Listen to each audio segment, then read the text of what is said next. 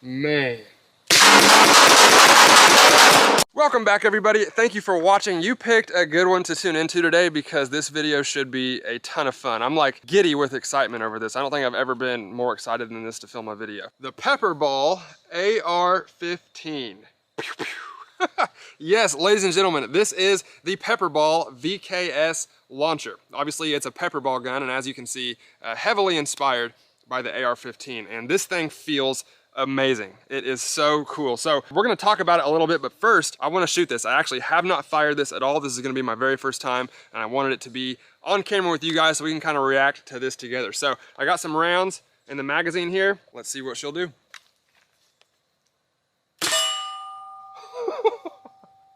Oh my gosh. That is smoking that steel. That's a lot more powerful than I thought it would be. Let's try to hit that plate. Dude. So I didn't even sight it in, and it's pretty much dead on right out of the box. Let's hit our barrel there.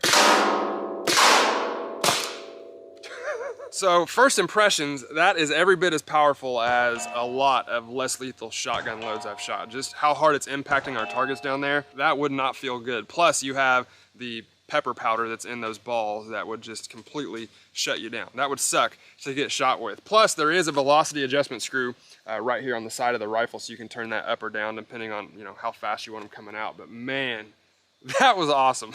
A little more powerful than I thought it was going to be. Quality of this thing is very apparent as soon as you pick it up. You guys know I'm a sucker for high quality guns. That's probably why I have so many expensive guns, but you can just tell when you pick this up that it is really well made. Now obviously those are my first shots, so I can't speak to the reliability, but if it works like I think it will, then the quality on this is going to be really hard to beat. They actually do have government contracts, and they provide these to law enforcement all over the country, and there's a reason that they go with these, I'm sure, because they are really well made. But yeah, we have the rotating barrel for the hopper or magazine feed, and then going back, we have some pretty nice iron sights. They do flip up and down, so you can get them out of the way. And then it has a quad rail on it that I swear this is a real AR-15 quad rail. This thing is metal. There's really not any plastic on the gun other than the stock and the magazine, which is, typical for real ARs as well. Going back, this is where it starts to get a little bit different. You have your magazine release right here. Same exact spot as a real AR-15. Like I said earlier, we have the velocity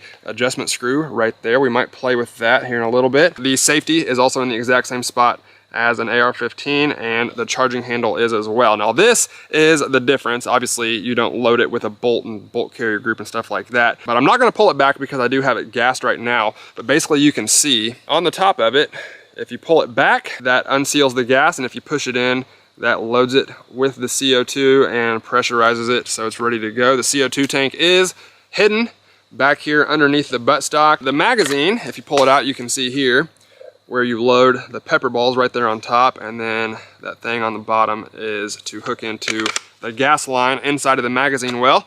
But I think that's about it as far as explaining what's going on with the rifle. Pretty much, if you know how to work an AR-15, you will not have a problem working this gun. It's almost identical other than the charging handle, like I said. So now obviously for civilians, a less lethal gun like this could be beneficial for 100 reasons. There's all kinds of applications and reasons why people might want less lethal, whether they can't have a gun in their car, they can't have it, here, or they live in a state where there's restrictions. Some people just don't want to have a lethal option on them. It scares them, and they would rather have a less lethal option. And this right here, as far as less lethal or non-lethal goes, I think would be about as effective as anything. Pepper spray and pepper powder is no joke, and that stuff really sucks to get hit with. So I can tell you right now, just the impact of those balls on the targets, I wouldn't want to get shot with it, but then you add pepper powder in there and you're really going to be hurting if you get hit with one of these. So the civilian applications are obvious, but for law enforcement, if you work for a police department or a SWAT team or something like that, and you do not have a pepperball gun like this, I would definitely be trying to get them, because the uses that you could get out of a pepperball launcher like this are just endless. And all the situations that police officers get put in where lethal might not be an option, and they might be too far away for a taser. Sometimes tasers don't even work, people rip them out, whereas this pepperball launcher, it has a range of like 150 feet, and you could really do some damage at longer range with one of these, where a lethal option might not be a good choice. And like I said, they do have a government contract, so police officers all over the country are using these, and I know why. Man, it smells like baby powder. I think these practice rounds are filled with talcum powder or something. Hey, if you need baby powder put on, I guess that's one way to do it. All right, let's pop another magazine in it and take some more shots. Think we're good to go? Man. I don't think we need to mess with the velocity. It is smacking the crap out of those targets down there. One thing I gotta say is these things look awesome. Look how cool. It looks like a yellow jacket with the yellow rail covers. These are just the rubber rail covers. You can take them off, obviously, and then put your other stuff on there. But I like it. I think this thing looks super sweet. And, all right, I hung my soft body armor vest on my steel torso plate down there, and I got a couple more mags full of practice rounds here. I want to see how it sticks to that fabric. I'm just gonna dump the whole magazine on it. Oh yeah.